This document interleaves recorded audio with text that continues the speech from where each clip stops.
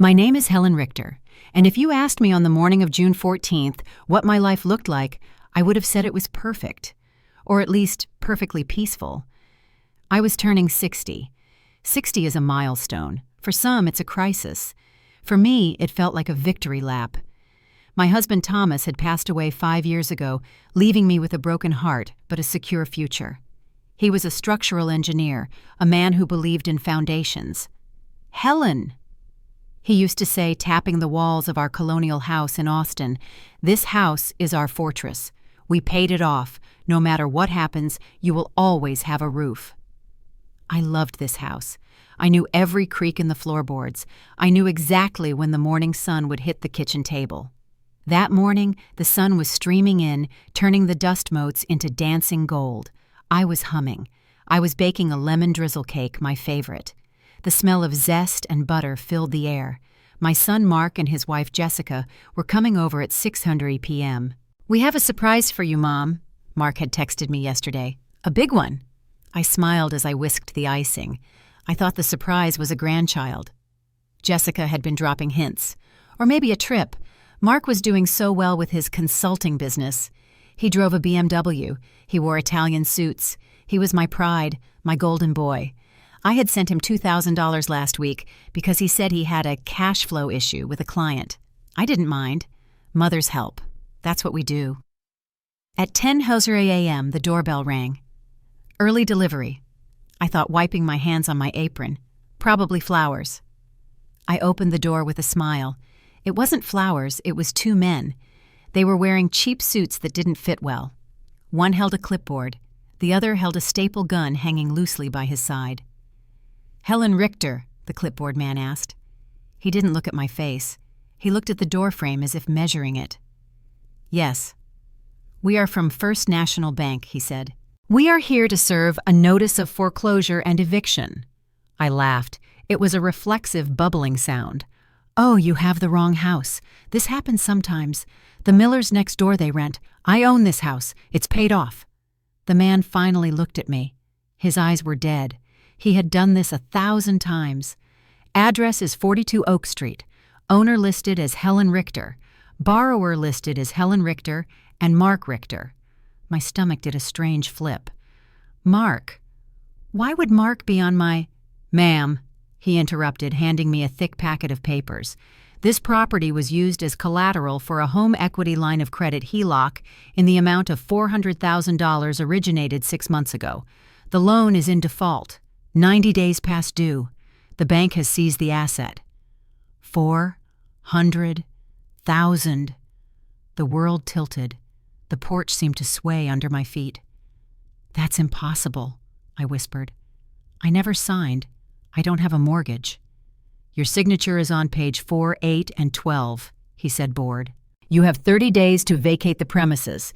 If you are not out by July 14th, the sheriff will remove you forcibly." He turned to his partner. "Put the sticker on the window." "No!" I cried, stepping forward. "You can't put a sticker on my window. It's my birthday. My son is coming." The man with the staple gun hesitated, then shrugged. Thwack! A bright orange sticker. "Foreclosure. Property of the bank." It looked like a wound on the glass. "Happy birthday, ma'am," the clipboard man said. Not unkindly, just factually. They walked back to their car. I stood there. The icing on my spoon dripped onto the porch. Drip, drip, drip. The only sound in the world. I went inside. I locked the door. I walked to the kitchen table and sat down. The cake was still in the oven. The timer was ticking. Tick, tick, tick. I opened the packet. My hands were shaking so hard the paper rattled like dry leaves. Loan amount, $400,000. Borrowers, Helen Richter and Mark Richter. Date, January 15th. I looked at the signature. Helen Richter. It looked like my signature. The loop on the H. The sharp R. But I hadn't signed it. I racked my brain. January 15th. Where was I? I looked at my calendar on the wall. January 15th. Mark came for dinner, signed business papers. The memory hit me like a physical blow. Mark had come over. He was frantic. Jessica was crying. "Mom, it's the business," he had said. "We're landing a huge contract, but we need a credibility guarantor. It's just a formality. It shows the investors we have backing." "I don't want to put the house up, Mark," I had said. No, it's not the house," he had promised, holding my hands. "It's a character reference, a non-financial affidavit. Please, Mom. Jessica is... We're trying for a baby. We need this contract." He had put a stack of papers in front of me. He kept talking, flipping the pages. "Sign here. Initial here. Just standard stuff." He had covered the top of the pages with his hand. "Coffee spilled," he'd joked. I trusted him. I signed. I signed my own eviction notice. I signed away Thomas's legacy. I signed away my life. I grabbed my phone. I dialed Mark. Ring, ring, ring. "The number you have dialed has been disconnected or is no longer in service." Disconnected. I dialed Jessica. "The number you have dialed..." Panic, cold and sharp, clawed at my throat. I ran upstairs to my computer. I logged into my bank account. I rarely checked it. I had a pension. I had savings. I was safe. I typed in my password. Checking account $12.50.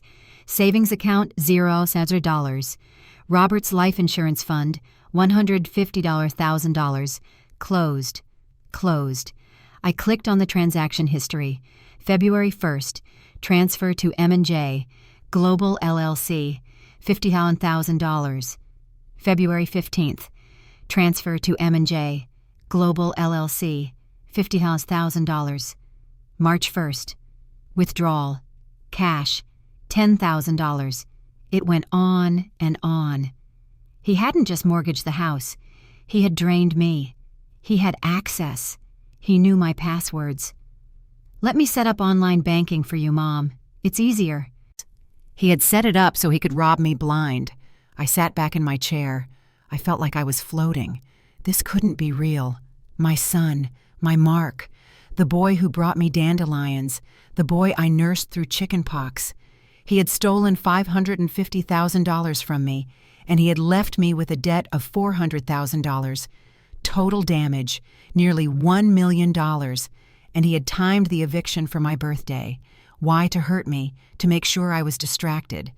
Or because he simply didn't care enough to check the date. The oven timer went off. Beep, beep, beep. The cake was done. I walked downstairs. I took the cake out. It was perfect. Golden. Smelling of home. I put it on the counter. Then I screamed. I screamed until my throat tasted like blood. I grabbed the cake pan and threw it across the room. It smashed into the wall lemon sponge, exploding everywhere. I slid down the cabinet door to the floor. I was 60 years old. I was homeless. I was destitute. And I was an orphan of my own making. I sat on the kitchen floor for hours. I waited for him to come. Maybe it was a mistake. Maybe he would burst in laughing. "Mom, I fixed it. It was a glitch." But the sun went down. The house grew dark. The orange sticker on the window glowed under the streetlight. He wasn't coming. I started to think about the last few months, the signs I had missed, the new car, the expensive watches, Jessica's sudden collection of Louis Vuitton bags. "Business is booming, Mom," he'd said. It was my money. I was walking around in shoes from Payless while they were wearing my retirement on their feet. And the distance. He stopped looking me in the eye. He stopped hugging me. He knew. Every time he smiled at me, he was counting the days until this moment. He knew I would be evicted. He knew I would be on the street, and he didn't care. I stood up. My knees cracked. I walked to the living room. I looked at the photos on the mantel. Mark at graduation, Mark at his wedding, Mark and me. I took the frame. I looked at his smiling face. "Why?" I whispered. I smashed the frame on the hearth. Glass shattered. I didn't feel better. I felt resolved. I needed help, but who my friends I was too ashamed. How do you tell your bridge club that your son is a monster? My neighbors. They saw the sticker. They were probably peeking through their blinds right now, pitying me. I had one other person, someone I hadn't spoken to in 5 years. Anna, my daughter. Anna was Mark's older sister. She was sharp. She was difficult. She was honest. 5 years ago at Thomas's funeral, Anna had fought with Mark. "He's using you, Mom," she had said. "He's trying to get control of the estate." How dare you? I had screamed at her. He is grieving. He is a good son. He's a sociopath, Anna had said. And you're enabling him. I can't watch you do this. She moved to London. She works in finance, forensic accounting. I hadn't called her. I was too proud, too angry. I looked at the phone. It was 2:00 a.m. in London. I didn't care. I dialed the number. My fingers felt like sausages. Ring, ring, ring. Hello? Her voice was sleep-rough but alert. Anna. My voice cracked.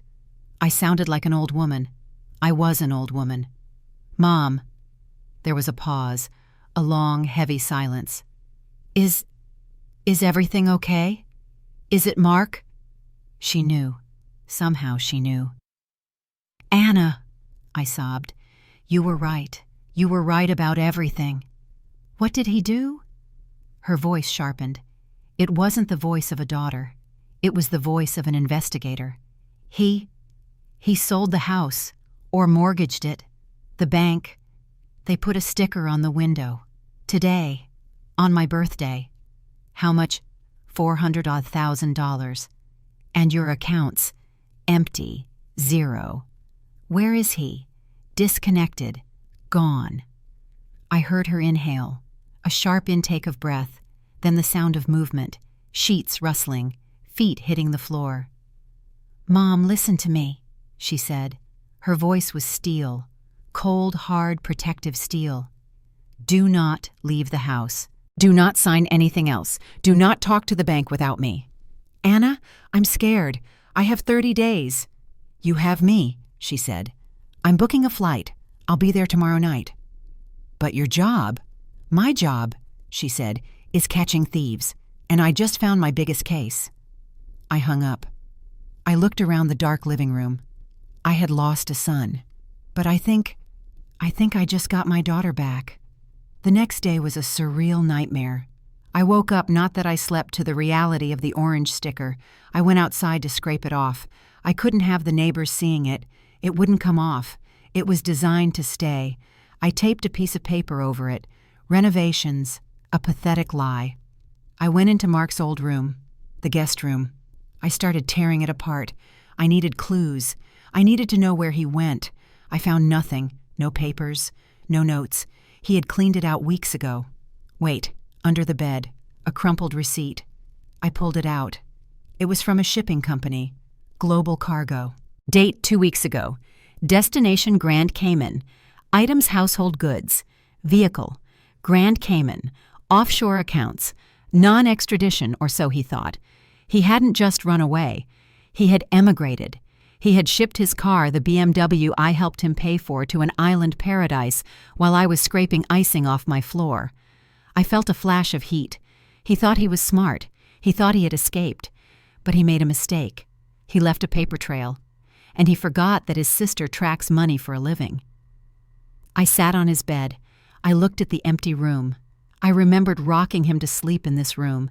I remembered reading Goodnight Moon. Good night, Mark, I whispered.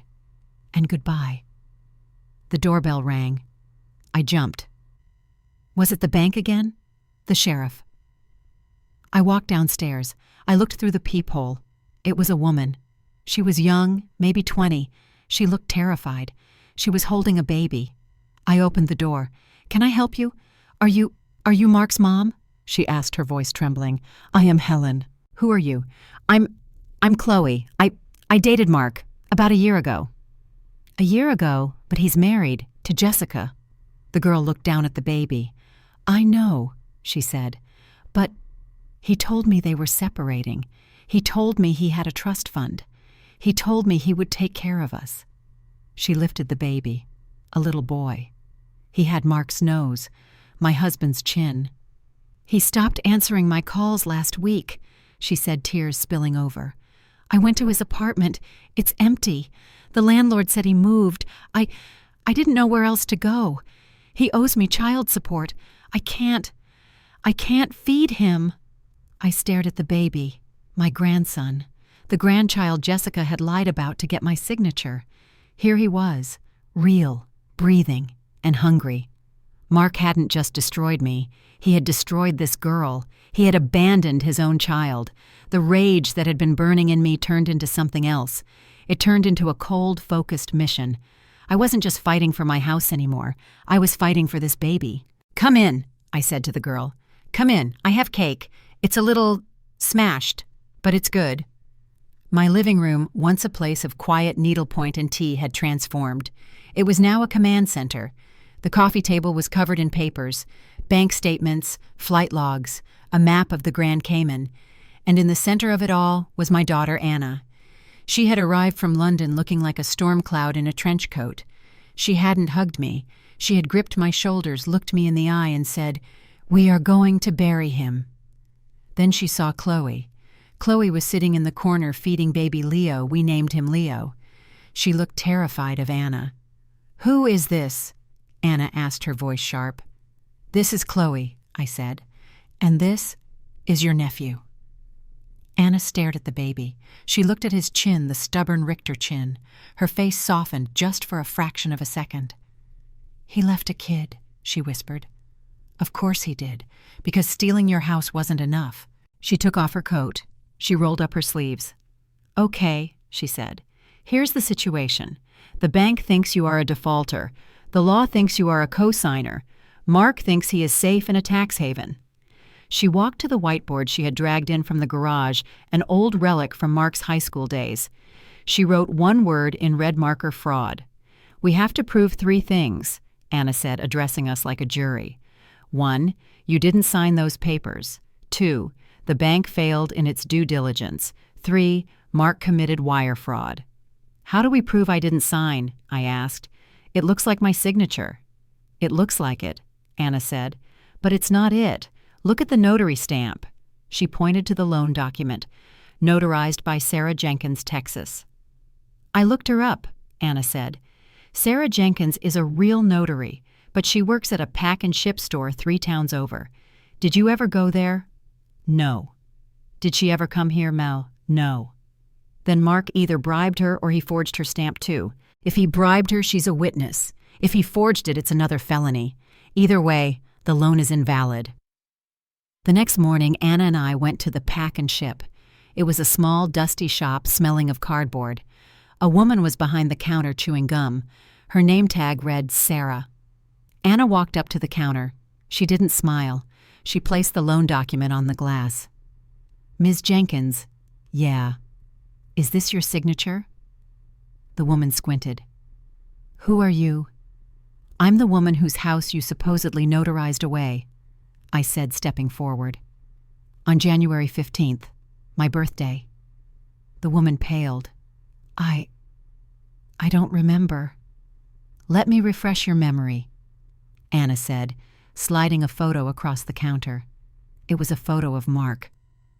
"Did this man pay you? Or did he just steal your stamp while you weren't looking?" Sarah Jenkins started to shake. She looked at the door. He said it was for his mom," she whispered. "He said she was sick, bedridden. He said he just needed to help her manage her assets. He gave me $500. "You notarized a signature you didn't witness," Anna asked, her voice cold. "He seemed nice. He drove a BMW."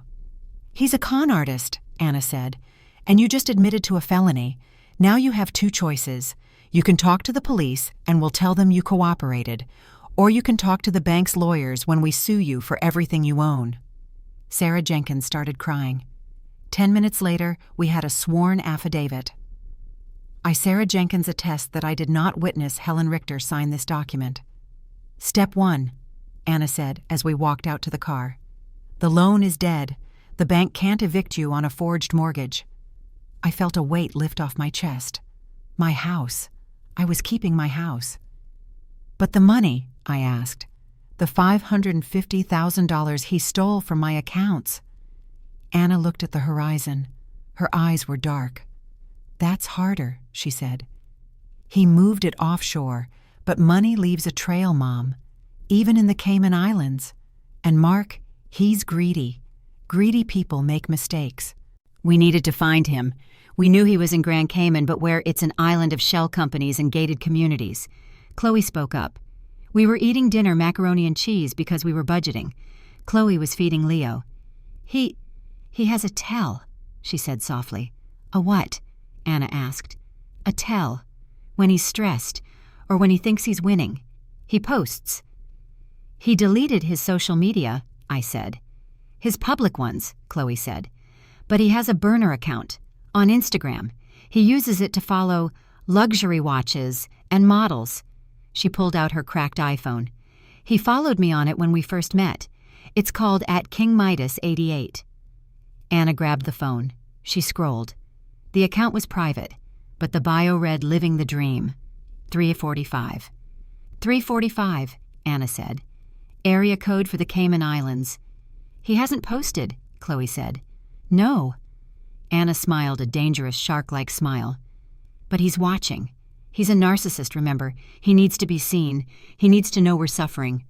So what do? I asked. We give him a show, Anna said. We make him think he won, and we make him think he's missing out. We created a trap. Anna used her connections to create a fake news article. She mocked up a web page that looked exactly like our local Austin newspaper. Headline, Local Widow Accepts Fate. I just want him to be happy, says evicted mother. The article described me as broken, homeless, and forgiving. It said I was moving into a state-run shelter. It said I blamed myself. It was the perfect bait for a narcissist. It validated his narrative. Mom isn't mad. Mom is weak. I got away with it. We sent the link to his old email. We knew he was checking it. Then we waited. It took 6 hours. Anna's tracking software pinged. He clicked it, she said. IP address, Georgetown, Grand Cayman, 7 Mile Beach, the Ritz-Carlton residences. He's staying at the Ritz, I asked, disgusted.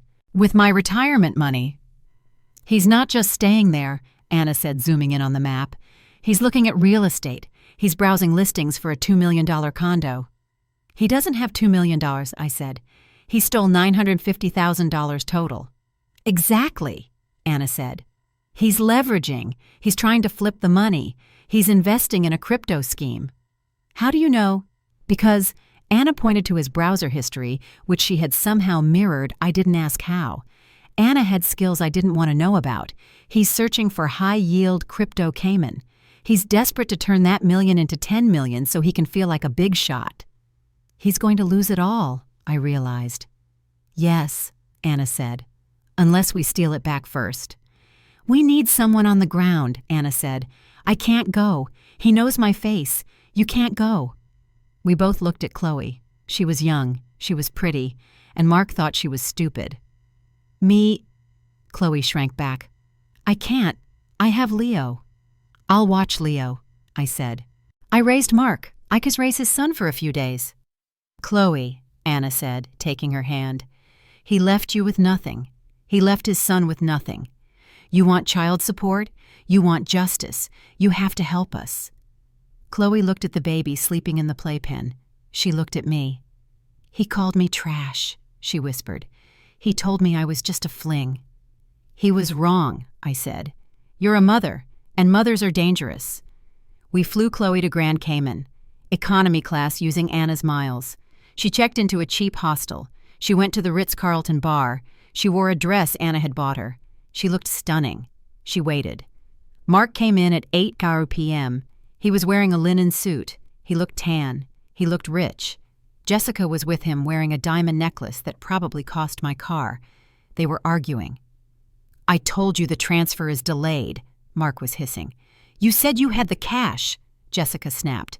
I'm not staying in this hotel forever, Mark. I want the condo. Chloe walked past them. She let Mark see her.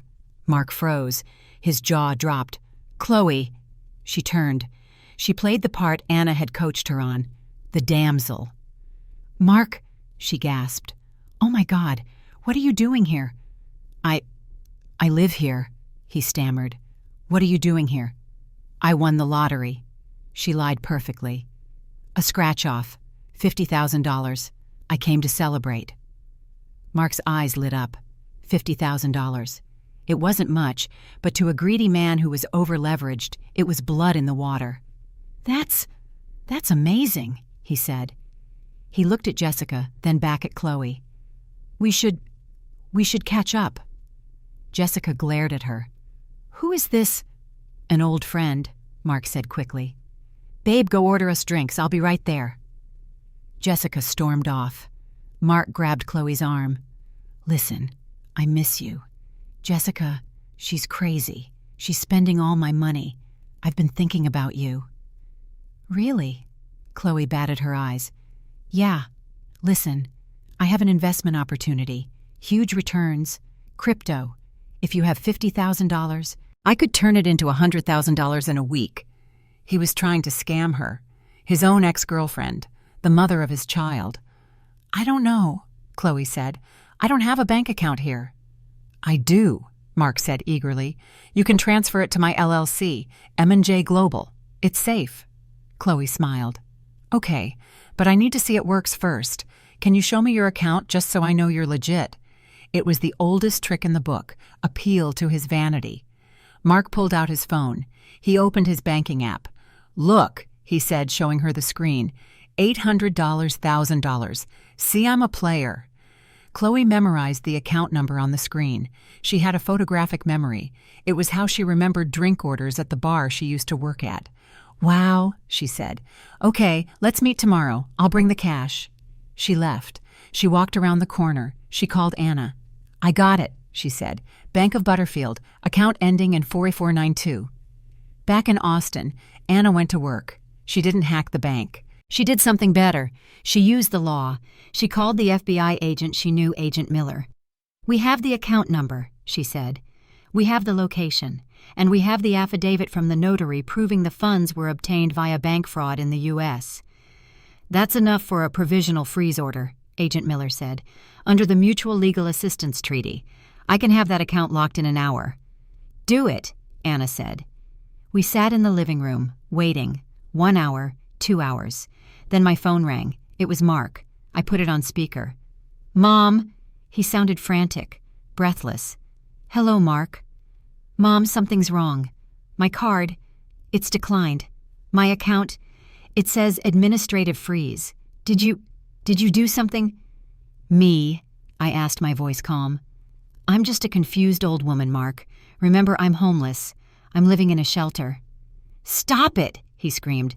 "I know it was you or Anna. Fix it. I have to pay the hotel. They're going to kick us out." "Eviction is unpleasant, isn't it?" I said. "It's a terrible feeling, knowing you have nowhere to go." "Mom, please. Jessica is going to leave me. She's packing her bags right now." "Good," I said. "Maybe she can find a notary to forge a new husband." "I have no money," he sobbed. "I have nothing. You have a choice." Anna spoke up, leaning into the phone. Mark gasped. "Anna." "Hello, little brother. Here is the deal. The FBI is already talking to the Cayman authorities. Extradition takes time, but deportation, that's fast, especially when you can't pay your hotel bill. You're going to be deported, Mark, and when you land in Texas, there will be a welcoming committee." "No. Or," Anna continued, "you can sign a voluntary surrender of funds, transfer the remaining money back to Mom's account. If you do, we'll tell the DA you cooperated. Maybe they'll knock a year off your sentence." I can't go to jail." "You are going to jail," Anna said. "The only question is, do you want to go to jail with a clean conscience, or do you want to go to jail knowing you destroyed your mother?" There was a long silence. Then a sound I hadn't heard in years. Mark crying. Not fake crying. Real, ugly, terrified crying. "I'm sorry," he choked out. "I'm so sorry. I wanted to be somebody." "You were somebody," I said softly. "You were my son." The week following Mark's phone call was a blur of bureaucracy and quiet tension. Anna handled everything. She spoke to the FBI, the district attorney, and the embassy in Jamaica. I just sat in my garden pruning roses that had grown wild during my months of despair. On Friday, Mark landed in Houston. We didn't go to the airport. We didn't want to see the media circus. Instead, we watched it on the news in my living room. The camera zoomed in on the exit gate. 2 federal marshals walked out. Between them was a man I barely recognized. Mark. He was wearing a t-shirt and jeans. He looked thin, unshaven, and terrified. His hands were cuffed in front of him. He kept his head down, avoiding the cameras. "He looks small," Chloe whispered, holding baby Leo tight. "He is small," Anna said, her voice devoid of pity. "He always was. We just couldn't see it because Mom was holding him up." They took him straight to the federal detention center. Because he was a flight risk who had already fled the country, bail was denied. He would await trial in a cell. My son, the boy who used to be afraid of the dark, now living in a concrete box. I turned off the TV. "It's done," I said. While Mark sat in jail, Anna and Mr. Cole, the forensic investigator, finished the job. They traced the money. Mark had wired $184,000 back to a trust account controlled by the court. It was a significant amount, but it wasn't everything. "Where's the rest?" I asked. "He stole $550,000 plus the mortgage." "The mortgage is gone," Anna explained. "Since the bank admitted fraud, that debt is erased.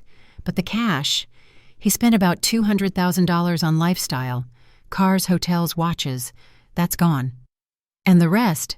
"Jessica," Mr. Cole said, sliding a file across the table. I opened it.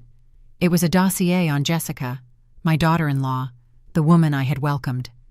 "She didn't just leave him," Mr. Cole said. "She robbed him."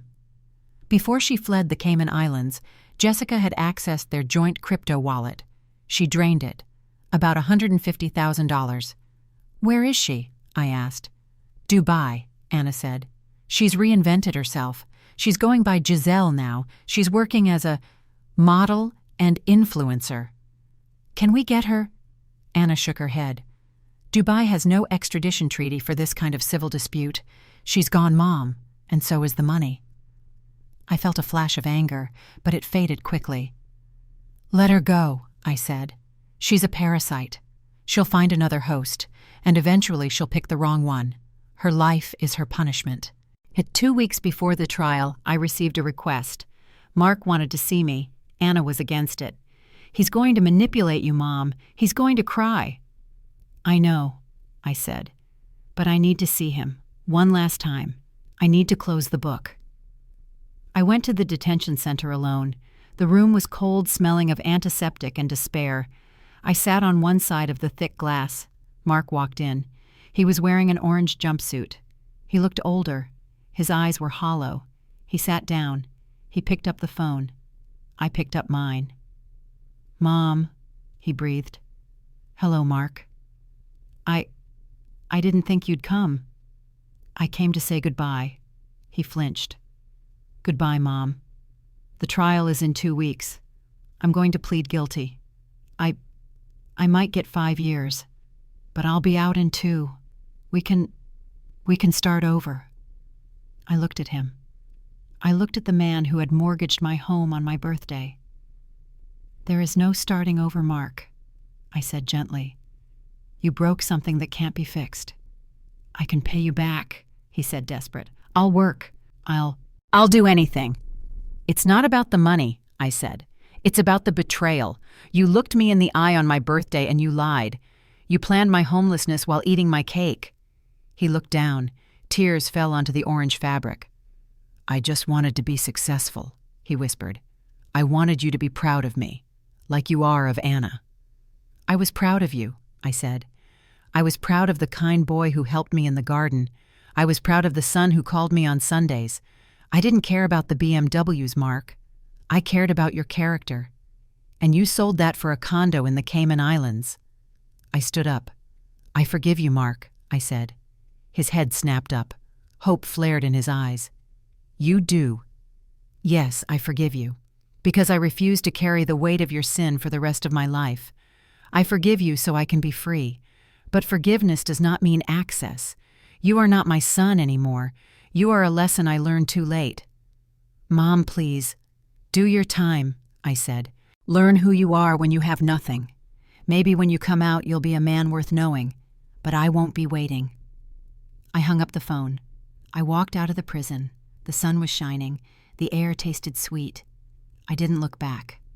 I went back to the house, my beautiful paid-off house. I walked through the rooms. I saw the kitchen where I signed the papers. I saw the window where the eviction sticker had been. It wasn't a home anymore. It was a crime scene. It was a museum of a life that no longer existed. "I can't stay here," I told Anna that night. "I know," she said. "So what's the plan?" "Sell it," I said. "Sell it all." We put the house on the market the next day. It sold in 24 hours. A cash offer from a young family. They had a little boy. "It has good bones," the young mother told me, beaming. "Yes," I smiled. "It does. Build a good life here." I took the money from the sale, $650, $1,000, plus the recovered funds from Mark. I gave a check for $100,000 to Chloe. "For Leo," I told her. "Education fund. Don't let him be like his father. Raise him to be honest." Chloe cried. "Thank you, Helen. I don't know what to say." "Just be a good mother," I said. "That's the hardest job in the world." Then I looked at Anna. "You said you liked London," I said. Anna smiled. "I do. I have a flat in Kensington. There's a guest room." "I don't want a guest room," I said. "I want my own flat, maybe down the street, with a garden." "You're moving to London?" Anna asked, her eyes widening. "Why not?" I shrugged. "I'm 60. I'm single, and I have a lot of frequent flyer miles." 1 year later. I'm sitting in a small cafe in London. It is raining, but I don't mind. The rain here is polite. I am drinking tea. Real tea. Anna is sitting across from me. She looks happy. She's not the estranged daughter anymore. She's my best friend. "Mark's sentencing hearing was yesterday," she says, looking at her phone. "Oh." I take a sip of tea. "How much till?" "6 years, she says. Federal prison. Minimum security, but still prison." I nod. I don't feel sad. I don't feel happy. I just feel nothing. It is a fact like the weather. "He sent a letter," Anna says, "to the lawyer. For you." "Burn it," I say. "You don't want to read it." "No, I know what it says. He's sorry. He needs money for the commissary. He misses me." I look out the window at the bustling street. "I am done reading yesterday's news, Anna. I am interested in today." I finish my tea. "Come on," I say, standing up. "We have tickets to the theater, and I want to stop by the flower market. I need yellow roses for my new garden." "Yellow roses," Anna smiles. "Your favorite."